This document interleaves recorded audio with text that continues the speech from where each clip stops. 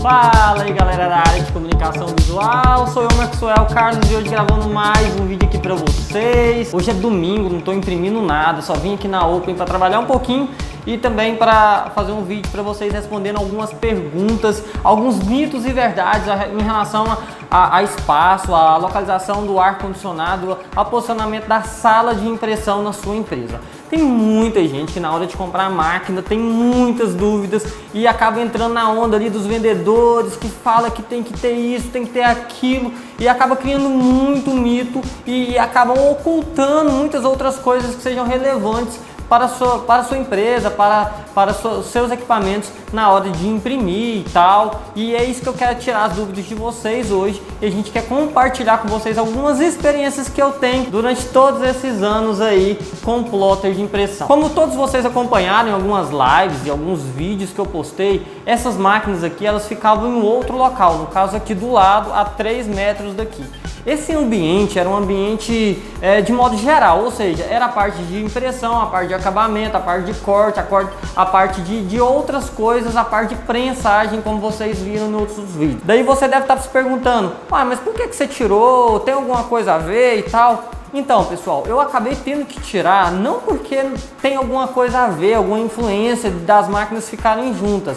Basicamente o que eu fiz foi colocar um climatizador para 130 metros quadrados e para refrigerar todo o ambiente. Porém, como eu cometi alguns erros durante a minha reforma aqui, eu acabei deixando o telhado um pouco baixo, um pouco não, né? Ficou bem baixo.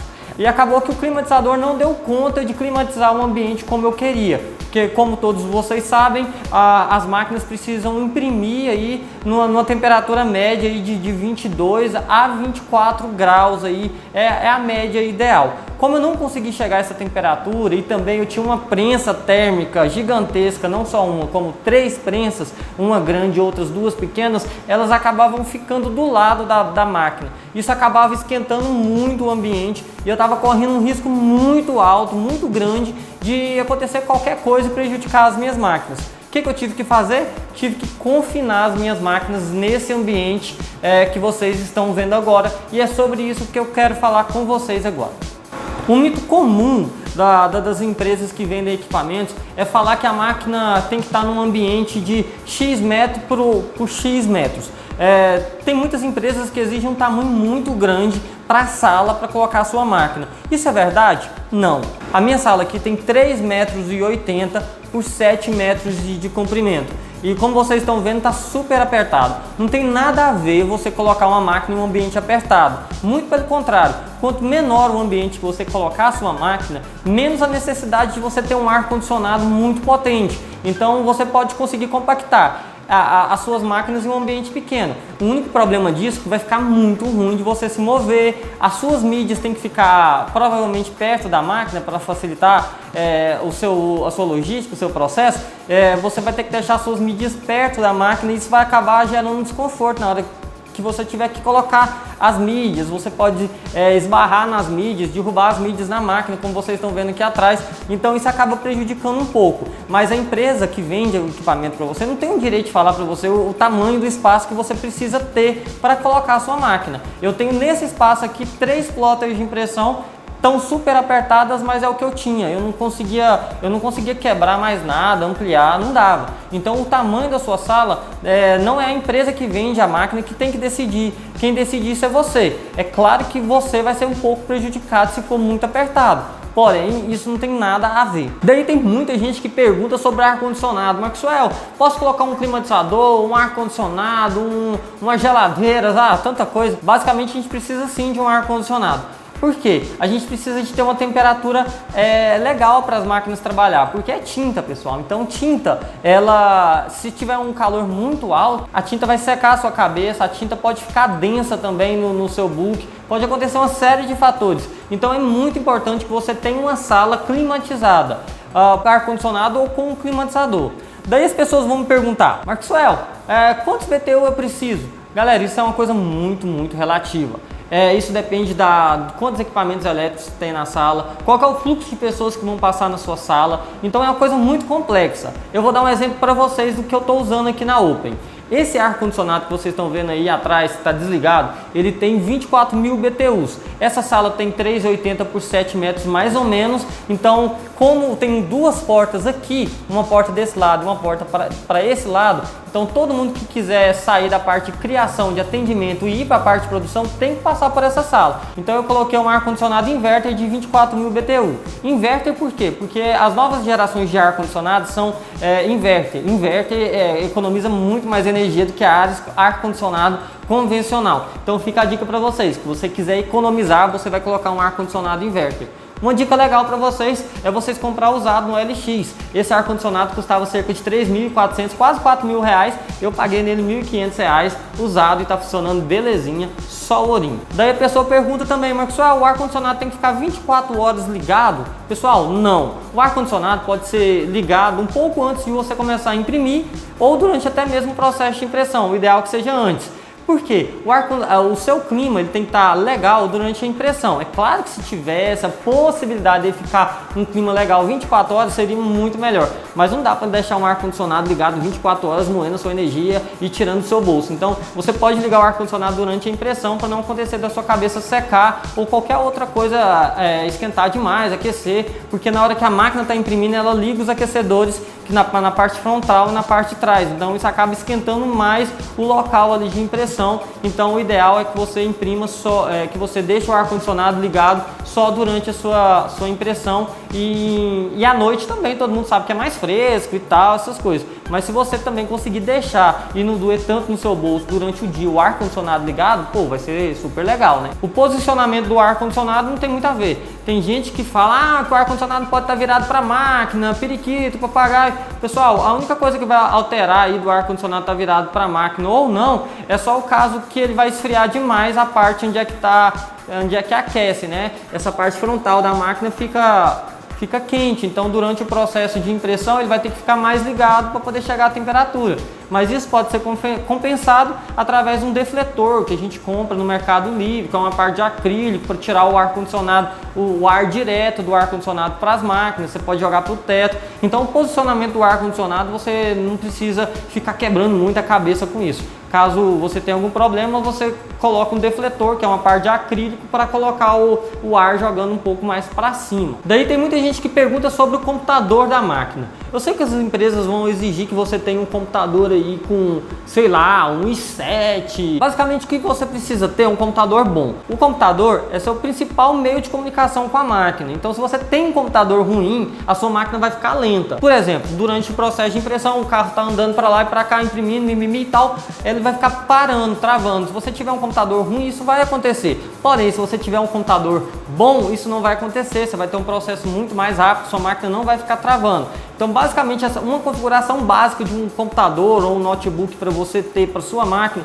é que seja no mínimo um processador i3 com 4, 6 GB de memória RAM e você conseguir imprimir legal. Quanto mais memória, quanto melhor for o processador, o HD for SSD, que é uma coisa muito importante. SSD é um HD muito mais rápido, que trabalha muito melhor. Quanto melhor as configurações do seu computador, menos problema você vai ter com travamento de notebook, de máquina. Então, quanto melhor é para a máquina também. Mas se você quiser começar aí com i3, até um dual core que seja muito melhor com SSD, vai rodar tranquilo. Mas você também não pode reclamar se sua máquina ficar travando demais, porque isso depende muito do computador. Então eu só uso notebooks, como vocês estão vendo. Todos os meus notebooks são processadores i3 que com no mínimo 4 GB de memória RAM.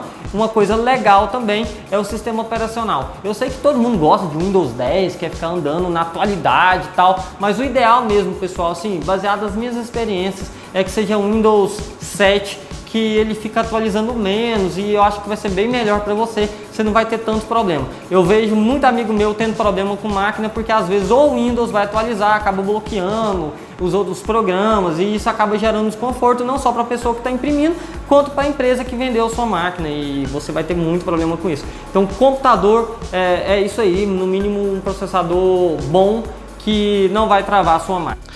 Então vamos lá, pessoal, eu tô com o celular na mão, então vai ficar meio vibrando aqui, meio tremendo. Mas esse aqui é meu disjuntor. Uma das primeiras coisas que a gente tem que avaliar é a parte elétrica. Antes de qualquer outro detalhe, eu também tenho que falar para vocês que fui eu, Maxwell, que fiz toda a parte elétrica da minha empresa, simplesmente com conhecimento básico, coisa que eu pesquisei no YouTube, fui vendo. Então isso aqui tudo fui eu que fiz, então pode conter erros, então vocês pulam essas partes dos possíveis erros que tem. Aqui eu tenho a chave relé, o disjuntor geral e aqui algumas tomadas. Esse aqui era o disjuntor específico da máquina dos no breaks que eu utilizava quando eu tinha naquele outro espaço. Então eu acabei que inutilizando agora esse aqui, deixei tudo feito, mas eu acabei fazendo o outro, que é esse daqui, ó. Eu puxei, eu vou mostrar para vocês.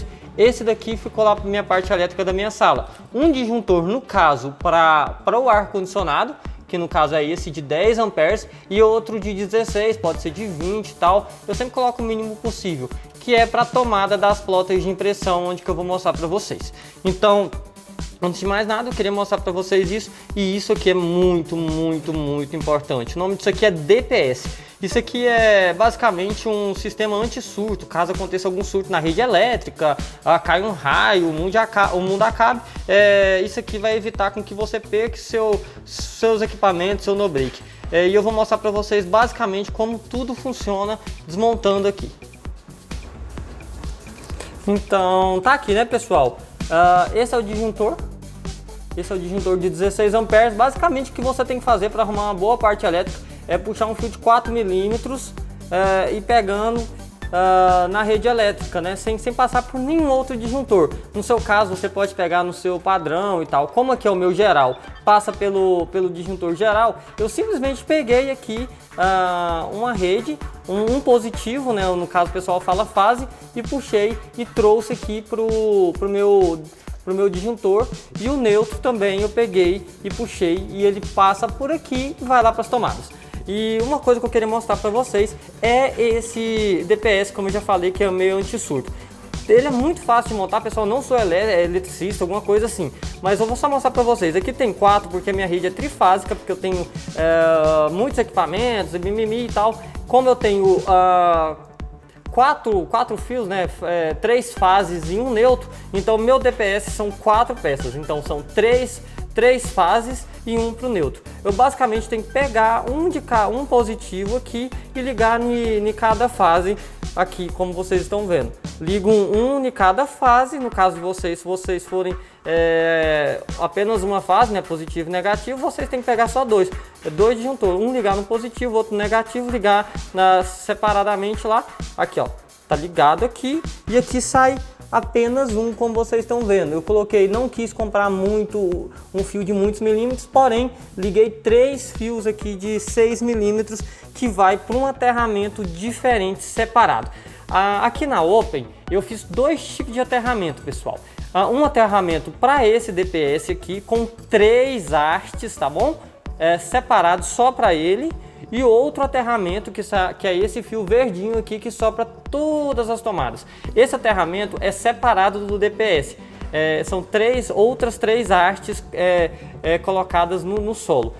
Eu sei que muita gente vai falar que tem que fazer um estudo, mimimi e tal. Assim, eu não cheguei a fazer, porém eu chamei um eletricista aqui, ele viu, só viu mesmo, mediu com aquele sei lá o que, falou que o aterramento estava bom, mas um aterramento básico, tá, pessoal? Um aterramento para vocês aí, básico, tá? Eu não vou entrar em detalhes. É um aterramento aí com no mínimo 3 hastes, formando um triângulo, e a mesma distância, a distância de um para o outro é o tamanho da haste. Basicamente isso. Então isso aqui é a minha rede elétrica.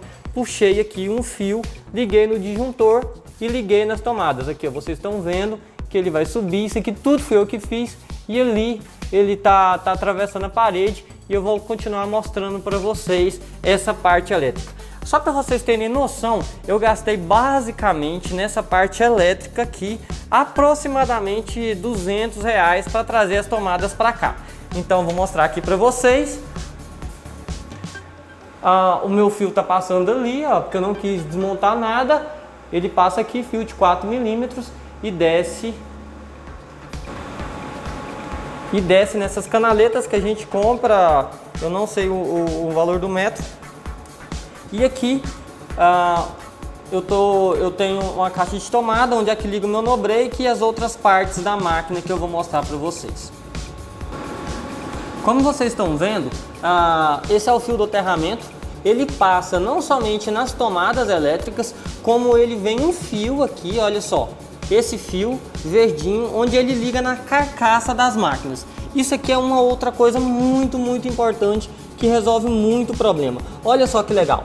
Esse componente elétrico aqui, ele custa 80 centavos e basicamente o que você tem que fazer é pegar o aterramento das tomadas e ligar na carcaça da máquina. Isso aqui você vai evitar muito problema, problema de ficar fumaçando, problema de queimar a cabeça, falta de aterramento e tal. Vocês podem ver que todas as minhas máquinas possuem esse aterramento que eu mesmo fiz com 80 centavos.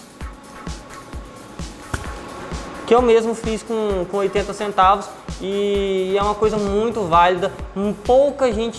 Poucos técnicos no Brasil te falam isso e isso é muito mesmo importante. Isso tem uma relevância muito legal para as nossas máquinas evitarem de ficar queimando cabeça de impressão. Outro assunto muito relevante que causa muita intriga na galera é sobre o no-break. Cara, tem muita empresa que fala que você precisa de um no-break de 2, 3, 4, 5 kVA para sua máquina. E às vezes isso se torna um pouco de mito, galera. Só para vocês terem noção do que eu vou falar para vocês. Quando essas máquinas chegaram, tinha um no-break para cada máquina. Porém, um dia eu fui ver nas etiquetas da máquina atrás e vi que todas essas máquinas aqui caminham entre 250 e 350 watts. Aí eu falei, poxa, por que eu preciso de um no-break, sei lá, de 2.500 watts, 3.000 watts para uma máquina que só usa 350, 250 watts? Aí, o que eu fiz? Eu dei uma enxugada nisso. Eu peguei um no-break só de 1.500 watts e acabei ligando todas essas minhas máquinas. Eu sei que eu vou ouvir muita merda por isso, hein? Acabei ligando todas as minhas máquinas, todas elas estão ligadas nesse exato momento em um no-break só de 1.500 watts. Porém, tem um grande detalhe nisso. Pessoal, a máquina em si, ou seja, as placas, o carro de impressão, elas usam uma tomada separada dos aquecedores da máquina, do secador de mídia. Se você ligar esse secador de mídia no break, vai dar merda, porque um secador de mídia desse, com luz, com tanto de cooler desse, ele consome muita energia. Basicamente, uma dica muito importante para vocês pegam só a parte da máquina em si, a tomada da máquina, para as máquinas que tem essa opção, porque eu sei que tem máquinas que não tem essa opção. Você basicamente vai pegar a tomada da máquina e ligar no break. As partes separadas da máquina, que são os acessórios, que são os aquecedores, que são os secadores de mídia, que são os motores de rebobinar a mídia. Essa parte você consegue ligar separado, direto na energia. E a máquina em si vai ficar ligada no break. Isso é muito importante, você consegue economizar uma grana legal com isso. Você consegue colocar um no-break, por exemplo, de 1 kVA, com 600, 500 watts, ao invés de ter que colocar um no-break de 2 kVA, 2 kVA e meio, 3 kVA. Então, basicamente o que você tem que fazer é ligar separado. Todas essas máquinas aqui que vocês estão vendo é ligado em apenas um no-break, como vocês estão vendo aí agora. Um no-break só toca de boa essas máquinas aqui. E por que é importante o no-break? Sendo o no-break bom, ele vai evitar que sua máquina passe por panes elétricas. Além de eu ter o DPS, como eu já mostrei para vocês, que vai evitar de causar qualquer pane elétrica nos meus equipamentos, eu tenho um no-break bom também. Esse no-break, ele é Sanidal, dupla conversão online. Então ele me mostra ali em tempo real, ele consegue filtrar bem a energia e passar uma energia boa e limpa, né, que o pessoal fala. Eu não entendo muito disso, mas eu sei que ele passa uma energia muito boa para a máquina. Todos os meus computadores todos os computadores da máquina são ligados nesse no-break junto com as máquinas. Então você precisa desse no-break que seja bom. Não basta ser um no-break barato. Às vezes vale mais a pena você investir num no-break caro que vai suportar outras máquinas e que também proteja bem o seu equipamento e que segure bem a onda. Mas é claro que você vai perguntar, Maxwell, quantas horas sua máquina imprime sem energia? Galera, não tem nada a ver isso com potência do no-break. Isso tem a ver com capacidade das baterias. Eu tenho as baterias externas no meu no-break, elas são pequenas em relação à minha necessidade real. Mas porém você consegue colocar baterias maiores que vão segurar a sua impressão mais tempo. Mas se você quiser impressão sem energia elétrica na rua, compre um gerador, não compre um no-break com a intenção de imprimir 4 horas, 2 horas, nem 1 hora. Na verdade, esses no-breaks seguram aí 30, 40 minutos no máximo e depende muito da sua bateria. Então, pessoal, essas são algumas dicas que eu tenho que passar para vocês. Eu sei que a maioria de vocês podem simplesmente ignorar tudo isso que eu tô falando, ligar direto na tomada, porque não tem nada a ver, ter um no-break básico e tal, essas coisas. Mas eu tô dando apenas dicas que eu sei que são relevantes. E eu já tive muita máquina, já tive muito problema com energia, já perdi muita cabeça de impressão com esses problemas, e é por isso que eu estou compartilhando com você essas experiências. Se você gostou desse vídeo, se inscreva nesse canal, dê o seu joinha, vai ser muito importante para a gente continuar gravando vídeos. Nosso canal está quase completando 10 mil inscritos, e quando completar eu vou fazer algo bem legal para vocês e vocês vão gostar bastante. Pessoal, muito obrigado, Deus abençoe a vida de vocês, fiquem atentos nesse canal, tamo junto, tchau!